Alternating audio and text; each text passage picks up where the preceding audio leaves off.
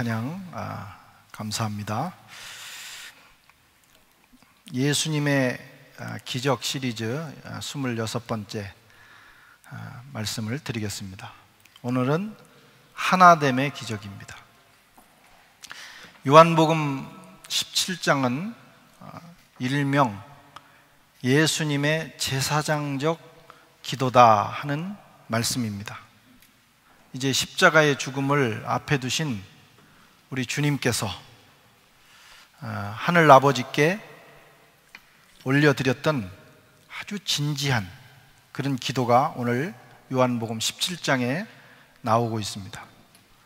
이 기도는 세상 사람들을 위한 기도가 아닙니다. 이 기도는 예수님의 제자들과 그리고 앞으로 계속 오고 오는 세대에 주님을 따르는 제자들을 위한 기도, 다시 말하면 제자 공동체를 위한 기도가 바로 오늘 이 말씀입니다. 다시 말하면 저와 여러분을 위한 기도죠. 그 중에서도 오늘 우리가 읽은 본문 20절에서 23절은 하나됨을 위한 기도입니다. 제자들이 하나가 되도록 주님은 기도하셨습니다. 오늘 이 기도의 의미를 살펴보면서 주님께서 주시는 은혜를 나누고자 합니다. 오늘 본문을 살펴보면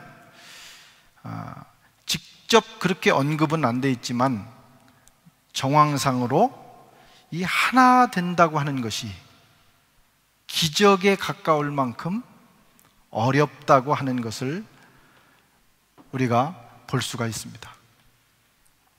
십자가의 죽음을 앞에 두신 주님께서 드려야 될 기도가 얼마나 많이 있겠어요. 그런데 그 아주 중요한 시간에, 절박한 시간에 주님은 이 기도를 하셨어요. 저들로 하여금 하나 되게 하여 주옵소서. 얼마나 그 기도가 중차대한 것인가, 그리고 얼마나 그 기도가 이 하나 되는 것이 얼마나 어려운 것인가 하는 것을 보여주고 있습니다. 이 세상은 가만히 있으면 자꾸 갈등하고 분열합니다. 이게 세상의 이치입니다. 갈등하고 분열하기 위해서 결단하고 기도하고 노력할 필요가 없습니다. 그냥 놔두면 사람들은 갈등하고 분열하게 돼 있습니다. 마치 논과 밭에 잡초와 같습니다. 논과 밭에 잡초를 일부러 뿌리지는 않습니다. 그런데 가만히 놔두면, 조금만 농부가 방심하면 잡초가 자라나는 거예요. 갈등, 인간관계에서 오는 분열, 이런 좋지 않은 잡초와 같은 요소들은 우리가 노력하지 않아도 저절로 자라납니다. 그래서 심각한 겁니다. 좋은 곡식은 열심히 가꾸고 노력해야 자라나는데, 이런 잡초와 같은 요소들은 가만 두기만 해도 자라난다는 것입니다. 인간관계를 한번 여러분 생각해 보시기 바랍니다.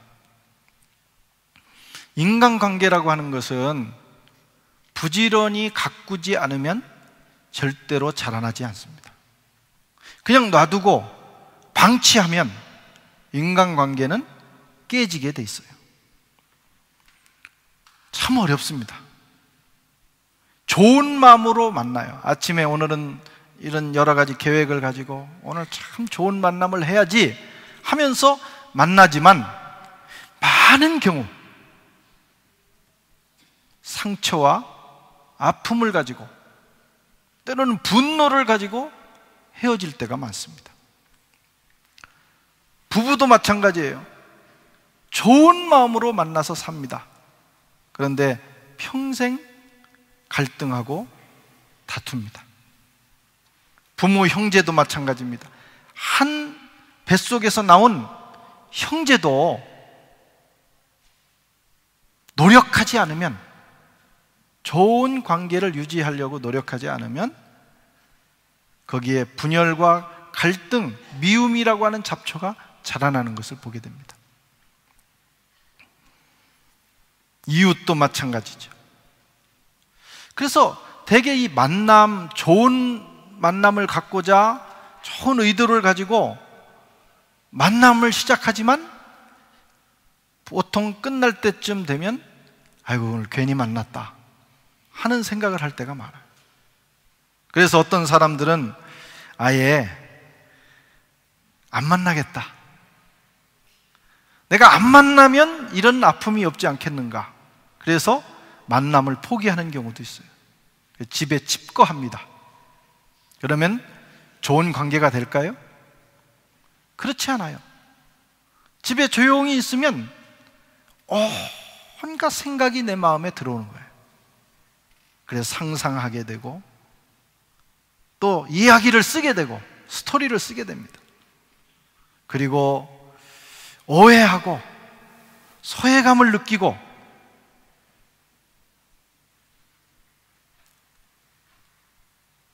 더 무서운 잡초가 마음속에 자라나요.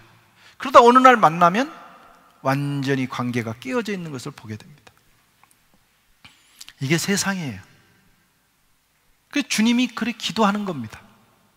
특별히 제자 공동체도 그럴 수 있다는 거예요. 세상은 싸움과 분열과 전쟁의 역사입니다. 얼마나 많은 전쟁이 일어나고 갈등이 일어납니까? 지금도 전 세계에서 이 전쟁과 갈등의 소식만 들려옵니다. 우리나라를 보세요. 남북으로 나눠져서 싸운 지가 얼마나 오래됐습니까? 동서가 싸웁니다. 지역끼리 싸웁니다. 당들끼리 싸웁니다. 싸움의 역사예요. 저는 우리 민족은 참 뛰어난 민족이라고 생각을 합니다. 우리 민족은 뛰어난 민족이에요. 우리 민족은 남방계, 저 중국 남쪽과 아시아 쪽으로부터 올라온, 남아시아 쪽으로부터 올라온 남방계 농경 민족과 저 북방에서 말을 타고 이 고원지대를 달리면서 세계를 지배하던 북방계 기마 민족이 섞여서 이루어진 게 우리 민족입니다. 좋은 DNA를 가지고 있어요. 리더십이 있어요. 이게 역사적으로 완전히 밝혀진 것은 아니지만 일본, 중국의 여러 왕조들을 이미 우리 피가 들어가서 세웠다고 합니다. 좋은 문화를 가지고 있어요. 낭만도 있고 예지도 있습니다. 인물도 좋습니다. 머리도 좋고 개인적으로 뛰어난 사람들이 많아요. 그렇지 않습니까?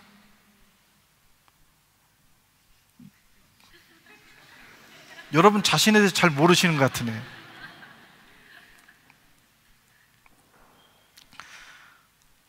각 분야에 못하는 게 없어요.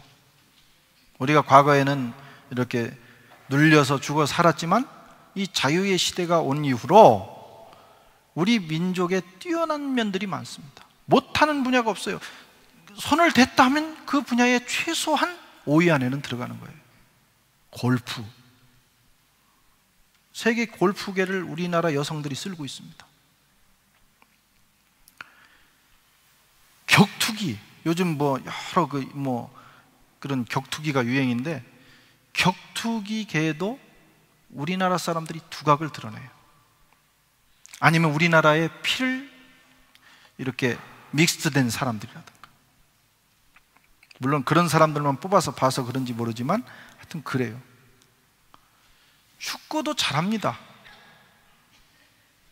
중국에 15억의 인구가 모여서 축구 선수 12명 뽑아도 우리한테 져요.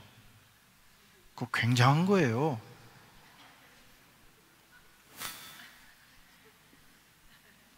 자존감이 떨어지는 분위기네.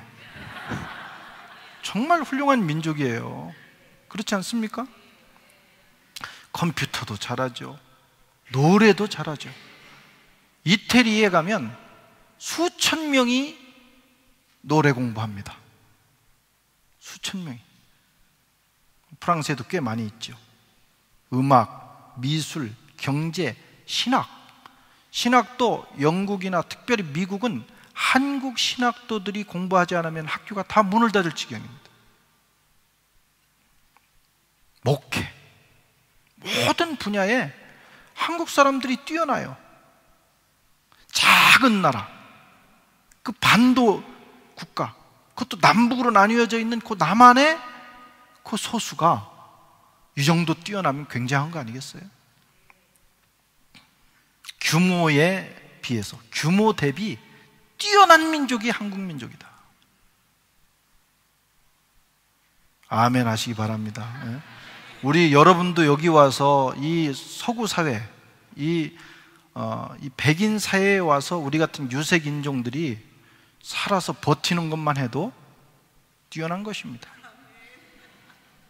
아멘? 그렇지 않습니까? 우리가 이런 민족이 하나가 돼서 시너지 효과를 낸다면 정말 놀라운 일들이 일어날 거예요. 미래학자들은 한국 민족이 2050년이 되면 경제적으로도 세계 탑3 안에 든다는 거예요. 2위까지도 예상합니다. 여러 가지 것들을 종합해서 낸 통계예요. 꼭 맞는다는 법은 없지만 저는 그게 맞기를 바라는 마음이에요. 그럴 수 있어요. 정말 중요한 시점에 우리가 놓여 있습니다. 그런데 한국 민족에게 큰 두 가지 문제가 있어요. 첫째는 저출산의 문제입니다. 애를 많이 안 낳기 때문에 우리나라가 지금 한 가정당 1.2에서 1.3 2명 이상이 넘어가야 되는데, 그래서 지금 역피라미드가 돼서 앞으로 15년, 20년, 30년 후에는 심각한 문제가 옵니다. 그래서 하여튼 기회가 있는 대로, 날 수 있는 대로 많이 나시기 바랍니다. 젊은이들도 빨리 결혼해서 많이 나셔야 돼요. 이게 애국하는 길이고, 또 좋은 DNA를 가진 사람들이 많이 나오는 건 참 중요하죠. 두 번째는 분열의 문제입니다. 이 두 번째가 우리에게 고질적인 문제예요. 제가 식민지 사관을 가지고 말씀드리는 게 아니에요. 볼 때 실제로 그런 경향이 있어요. 본래 잘난 사람들이 자기 주장과 입장이 강합니다. 그래서 갈등하는 거예요. 우리는 마치 산세로 말하면 금강산 12,000봉 같은 거예요. 금강산 산 하나에 봉우리가 12,000개가 있으니까 서로 뛰어난 사람들이 겨루는 것입니다. 그러니까 하나 되기가 참 어려워요. 그래서 어디를 가나 분열의 아픔을 가지고 있어요. 아프리카 오지에 가도 하나 되지 못합니다. 그런 데 가서도 한인회가 몇 명 안 되는데 둘로 나눠져 있어요. 막 싸웁니다. 참 이것만 없으면 우리 민족이 이 역사에 기여할 날이 옵니다. 이것을 극복해야 돼. 그래서 우리 민족의 그 역량, 하나님이 주신 그 지혜와 그 에너지를 하나로 모으면 인류 역사에 우리가 기여할 수 있는 날이 올 것이다. 그렇게 믿습니다. 그런데 지금은 그 좋은 에너지를 우리가 하나 되지 못해서 낭비하고 무의미한 일에 쏟아붓습니다. 개인도 마찬가지입니다. 여러분, 누군가와 하나가 되지 않고 갈등하면 많은 에너지가 낭비돼요. 밤새 고민해야 되고, 마음이 힘들고, 혹시 지나가다가 그 인간 만나면 어떨까 해서 늘 긴장해야 되고, 창조적인 에너지가 나오지 않습니다. 그런 사람들을 경계하고 떠나야 합니다. 그리고 서로 마음을 열고 하나 되기를 힘써야 합니다. 인생은 짧아요.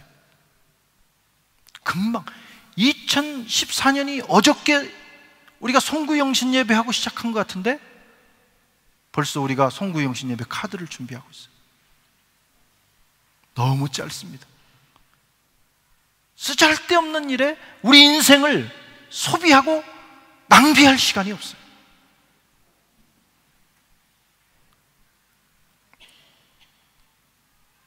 발전적인 일에 에너지를 쏟아부을 수 있도록 지켜야 합니다.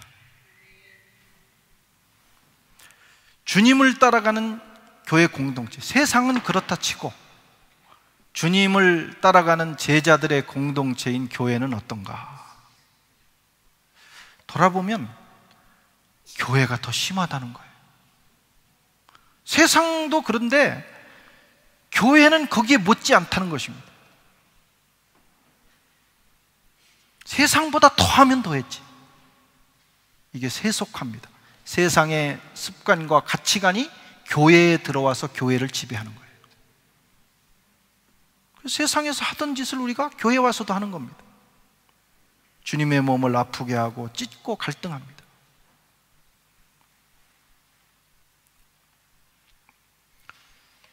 교회가 그렇다는 것은 교회를 구성하고 있는 구성원들, 우리가 그렇다는 거예요. 변화는 개인에게서부터 일어나야 합니다. 왜 주님의 몸된 교회가, 주님을 따라간다고 하는 제자 공동체가 왜 이런 모습을 가질까? 마귀가 역사하기 때문입니다. 마귀가 쉬지 않고 졸지도 않고, 마귀는 분열의 그 씨앗을 뿌립니다. 그 자고 일어나면 잡초가 무성하게 자라있는 거예요. 마귀는 디아볼로스, 분열하게 하는 자, 이간질하는 자라는 뜻이에요. 이게 마귀의 본성입니다. 이게 마귀가 역사하면 자꾸 갈등이 생기는 거예요. 하나됨을 파괴합니다. 물고 뜯게 합니다. 오해하게 만듭니다. 이건 마귀의 역사예요. 그래서 교회가 깨지고 공동체가 깨지면 하나님의 사명을 감당하지 못합니다. 갈라디아서 5장 15절에 만일 서로 물고 먹으면 피차 멸망할까 염려하라. 교회도 그렇고 가정도 마찬가지죠. 또 왜 이렇게 갈등이 오는가? 미성숙하기 때문에 그래요. 어린아이, 영적 어린아이. 이것을 사도 바울은 육신에 속한 자다 그렇습니다. 고린도 교회가 그런 교회였어요. 고린도 교회는 은혜를 얼마나 풍성하게 받았는지 몰라요. 은혜 받았다고 성숙하는 건 아니더라고요. 은사도 많고 능력도 많았습니다. 그런데 인격이 성숙하지 않았어요. 인격도 변해야 되는데 그것은 제자리였어요. 그러니까 엄청난 은사가 쏟아지는데 귀신도 떠나고 병도 고침을 받고 방언을 말하고 예언을 말하고 신령한 일들이 일어나는데 만나면 싸우는 거예요. 어린아이들이니까, 육신에 속한 자들이니까 육신의 정욕대로 행하는 것입니다. 그래서 바울파, 그 다음에 베드로파, 또 아볼로파, 심지어는 예수파, 이렇게 나눠가지고 싸우는 거예요. 서로 공격하고 잘난 체하고 물어뜯습니다. 주님이 일찍이 염려하시면서 기도하셨던 일이 고린도 교회에도 일어났어요. 빌립보 교회는 참 좋은 교회였어요. 그런데 두 지도자가, 유오디아와 순두개가 마음이 안 맞는 거예요. 그래가지고 싸우는 거예요. 그러니 덕이 안 되고 하나님의 역사가 이루어지지 않는 것입니다. 그래서 주님이 이 절박한 시간에 하나됨을 위해서 기도하는 거예요. 그게 그렇게 어려운 일이기 때문에, 그리고 중요한 일이기 때문에. 또 두 번째로 오늘 본문을 살펴보면 이 하나됨이라고 하는 것은 구원의 또 다른 모습이라는 겁니다. 구원이라고 하는 것은 동전양면과 같아요. 그래서 한 면은 뭐냐? 우리가 죄를 용서받고 사망 권세에서 해방되고 하나님의 자녀가 되고 영생을 얻고 하늘나라의 상속자가 되는 신분의 변화입니다. 존재가 바뀌는 거예요. 그게 구원입니다. 또 다른 면이 있는데 그것은 관계의 회복입니다. 하나님과의 관계가 회복되고 이웃과의 관계가 회복되고 그리고 세상 만물과의 관계가 회복되는 거예요. 그것도 구원이라는 것입니다. 요한복음은 특별히 그것을 강조합니다. 관계의 회복. 어느 정도로 회복돼야 되느냐? 하나님 아버지와 예수님과의 관계만큼 회복돼야 된다는 거예요. 예수님은 하늘 아버지와 완전히 인격적으로 구별된 분이십니다. 서로 말씀하시고 또 예수님은 기도하시고 할 만큼 두 분은 인격적으로 구분되셨어요. 그런데 완전히 구분되신 분이 완전히 하나입니다. 그걸 삼위일체라고 하는 거예요. 완전히 다르지만 완전히 하나예요.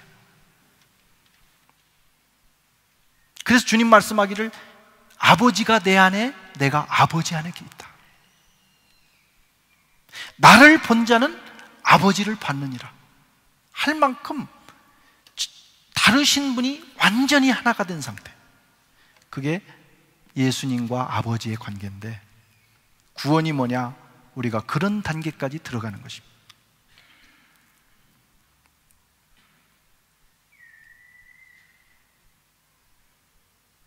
관계가 그만큼 깊이 회복돼야 됩니다. 교회 나온다고 다 되는 게 아니에요. 관계가 회복돼야 됩니다. 그래서 이웃과의 관계가 회복되고 또 주님과의 관계가 깊어지고 예수님을 통해서 하늘 아버지와의 관계가 아주 깊어져야 돼요. 어느 정도로 깊어져야 되느냐? 너와 나의 구분이 무의미할 만큼. 그게 아버지가 내 안에, 내가 아버지 안에. 주님이 네가 내 안에, 내가 네 안에 있으면, 내 말이 네 안에 있으면 네가 무엇이든지 원하는 대로 구하라. 그러면 시행하리라. 아주 정말 신비적인 연합을 주님이 말씀하셨어요.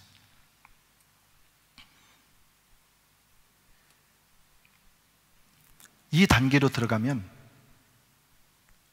너와 나의 구분이 점점 약해지기 때문에, 다시 말하면 너와 내가 없는 건 아니에요. 분명히 너와 내가 있지만 그 경계가 무의미해져 갑니다. 그래서 서로 주장하지 않아요. 서로 먼저 상대를 배려할 수 있어요. 서로 나눌 수 있습니다.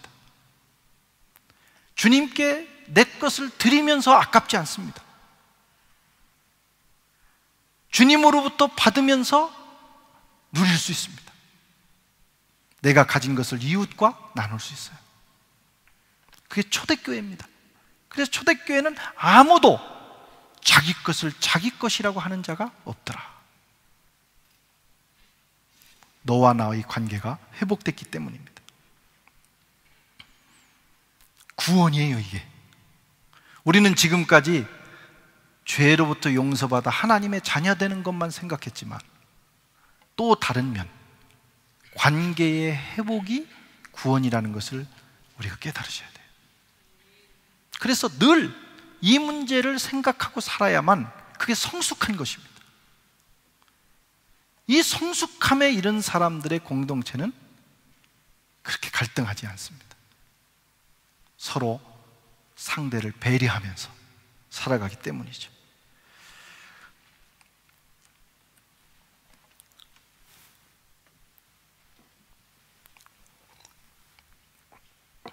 한국에 가서 보면 피켓을 들고 예수 천당 불신 지옥, 요즘 뭐 유튜브에 보면 막 또 그런 거 나오는 경우도 있고,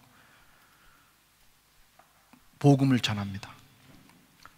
근데 이제 또 안 받아들이면 막 또 뭐 욕하고, 어떤 사람 또 팍 때리기도 하더라고요. 오늘 복음 전하고 우리가 나가서 증거하는 것도 중요합니다. 그건 대단히 중요한 일이에요. 그런데 그거 들고 나가서 전한다고 다 되는 건 아니죠.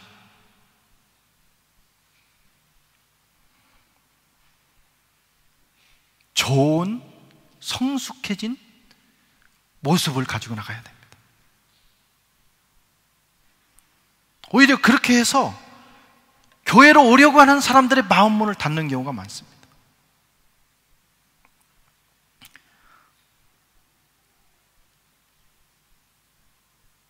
성숙해져야 돼요.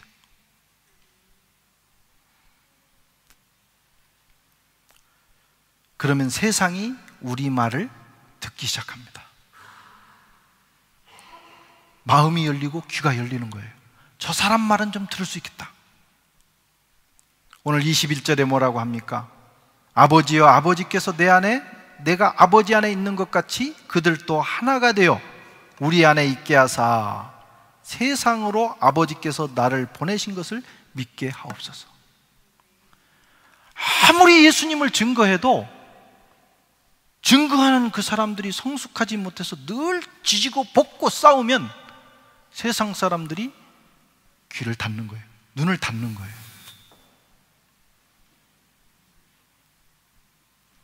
예수 믿으세요. 그런 예수는 너나 믿어라야. 교회 나오십시오. 천국 갑시다. 그런 천국은 너나가. 세상 사람들이 그러는 거예요. 그런데 제자들이 좀 뭐 특별히 가진 것도 없고 좋은 환경도 아닌데 모이면 화목하고 화기애애하고 서로 나누고 마음을 나누고 따뜻한 공동체를 만들어가면 도대체 저기에 뭐가 있길래 저 사람들이 저렇게 살아갈까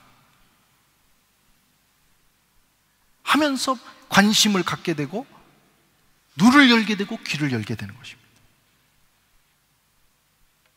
주님께로 세상을 끌어들이는 강력한 중력이 거기서 나오는 거예요.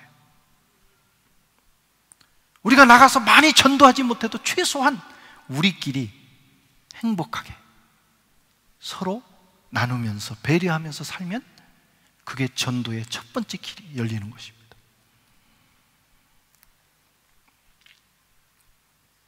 예수님께서 또 요한복음 13장 34절에 말씀하기를 새 계명을 너에게 주노니 서로 사랑하라. 내가 너희를 사랑한 것 같이 너희도 서로 사랑하라. 그러면 너희가 서로 사랑하면 이로써 세상이 너희가 내 제자인 줄 알리라. 예수님 제자라고 배지 안 달고 다녀도 우리가 서로 사랑하면 세상이 저 사람들이 예수의 제자구나. 예수는 저렇게 생겼겠구나. 천국은 저런 곳이구나. 그렇게 생각한다는 거예요. 그러면 길이 열리는 것입니다. 서로 사랑, 하나됨. 이것이 제자 공동체의 증거입니다. 이것이 제자 공동체의 표징입니다. 하나됨을 여러분 사명으로 하셔야 돼요.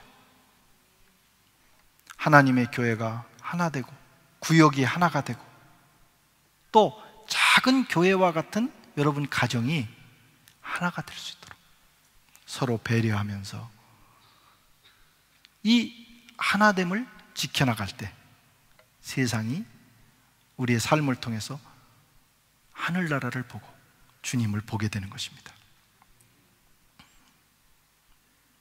신령한 것이 뭐예요?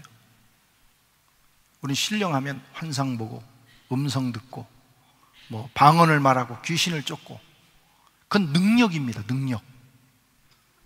신령에 부분적으로 속할 수는 있어요. 그러나 가장 신령한 것이 뭐냐? 하나님처럼 되는 거예요. 하나님이 어떻게 되셨어요? 하나 되셨어요. 주님과 예수님과의 관계가 그랬어요. 우리의 관계가 점점 거기로 나가면 그게 신령한 것입니다. 그것이 영성입니다. 바라기는 우리 교회가 또 저와 여러분이 속해 있는 모든 곳에 이런 하나됨의 역사가 일어나기를 바랍니다. 예수님도 평화를 만드는 자는 복이 있나니 저가 하나님의 아들이라 일컬음을 받을 것이며. 세 번째로 오늘 본문을 보면 이 하나 되게 하는 일이, 하나 되게 하는 일, 이것은 내 영역이 아니라는 거예요. 성경은 전체적으로 하나 되게 하는 일은 하나님이 해주시고 우리의 할 일은 그걸 지키는 거라는 거예요. 하나됨은 우리의 영역이 아니에요. 우리가 할 수가 없어요. 죄성 때문에. 구원이 우리가 이룰 수 없는 것처럼 이 관계의 구원도 우리 스스로 이루기가 어렵습니다. 부분적으로 하지만 온전할 수 없어요. 주님의 영역입니다. 그래서 주님이 십자가를 지신 거예요. 십자가는 하나됨을 위해서 지신 겁니다. 그리고 성령을 보내셨어요. 에베소서 2장 16절에 보면 십자가로 이 둘을 한 몸으로 하나님과 화목하게 하려 하십니다. 원수된 것을 십자가로 멸하시고, 예수님이 십자가에 달리셔서 그 귀한 몸이 갈기갈기 찢기시면서 죽으신 이유는 원수된 거, 서로 갈라진 거, 나누인 것을 하나 되게 하기 위해서 주님이 그렇게 하신 거예요. 그래서 분열하고 갈등하고 단을 짓고 편을 가르는 일은 십자가의 원수로 행하는 일입니다. 십자가의 원수가 따로 없어요. 자꾸 이간질하고 나누는 겁니다. 십자가를 따라 행하는 사람들은 어떻게 해서든지 내가 불편하더라도 하나가 되는 일을, 그것을 지키는 일을 해나갑니다. 또 성령이 하나 되게 하십니다. 에베소서 4장 3절에 평안에 매는 줄로 성령의 하나 되게 하신 것을 힘써 지키라. 성령이 오셔서 하시는 중요한 일이 뭐냐? 우리를 하나로 묶어 가시는 거예요. 우리가 해야 되는 일은 그분이 하나 되게 하신 것을 지키기만 하면 됩니다. 근데 문제는 지키는 게 어려워요. 하나 되는 것은 우리가 할 수 없는 일이지만 지키는 것도 하기가 어려워요. 그래서 본문은 뭐라고 했냐면 힘써 지키라. 애써야 돼요. 지키는 것도 애써야 돼요. 왜냐하면 마귀가 자꾸 그러지 못하도록 우리의 마음을 들쑤시기 때문에 그 마음을 제거하고, 그렇지 않으면 또 기도하고 노력하고, 어쨌든 십자가와 성령의 역사를 지켜나가야 됩니다. 전도자, 선교사의 일이 뭐냐? 화목하게 하는 복음을 전하는 자들이에요. 하나님과 화목하고 이웃과 화목할 수 있도록 복음 안에서, 그게 선교입니다. 목회가 뭐냐? 목회가 성도들을 양육하고 훈련하고 성장하게 하고 성숙하게 하고 사명을 감당하게 하는 일과 더불어 하나님의 이 공동체를 하나로 지켜나가는, 화목한 공동체로 지켜나가게 하는 것입니다. 그래서 늘 깨어 있어야 되고 분별해야 되고, 화목을, 다른 건 몰라도 화목을 깨트리는 일은 경계해야 합니다. 훈계하고 때로는 치리해야 돼요. 오늘날 교회의 심각한 문제는 치리권이 없어져요. 치리가 안 돼요. 여기서 치리하면 여기만 교회냐고 가버리는 거예요. 그러니까 서로 그걸 못하는 거예요. 캐톨릭 교회는 그게 가능합니다. 그러니까 교회가 질서가 있고 굉장히 수준이 있어요. 우리는 그게 되지 않습니다. 그래서 훈련되지 않는 거예요. 그게 중요한 일입니다. 교회는 모든 사람을 다 받아 수용하는 것이 아닙니다. 주님의 제자가 되기를 원하는 사람들의 공동체, 와서 구원받지만 그 훈련을 받아 그 아주 좋은 관계, 하나님과 이웃과의 관계를 이루어 나갈 수 있어야 합니다. 성도 여러분, 주님이 많은 기적을 행하셨지만 그 중에 정말 중요한 기적이 뭐냐? 십자가로 우리를 하나 되게 하신 겁니다. 이방인과 유대인이 하나가 되고, 십자가 안에서 원수가 십자가 안에서 하나가 되고, 우리가 성이 다르고 문화가 다르고 모든 조건이 다르지만 그리스도의 십자가 안에서 하나가 되게 하신 거예요. 이게 주님이 행하신 기적입니다. 우리는 그것 때문에 여기 모였어요. 그래서 우리가 세상을 향해서 왜 세상이 정치가 저러냐? 왜 저렇게 야당과 여당이 싸우느냐? 뭐 이렇게 삿대질 하기 전에 우리가 모여있는, 그리스도의 이름으로 모여있는 이 제자 공동체 안에서 먼저 하나됨을 실천해야 됩니다. 우리가 못하기 때문에 또 세상도 그렇게 되는 거예요. 주님이 베푸신 이 기적을 소중하게 간직하는 저와 여러분들이 되시기를 바랍니다. 이것이 가치고, 이것이 구원이고, 이것이 사명입니다. 십자가로 성령으로 이루어 주신 이 하나됨을 힘써 지켜서 세상을 향하여 그리스도의 복음을 증언하는 저와 여러분이 되시기를 축원합니다. 하나님 아버지,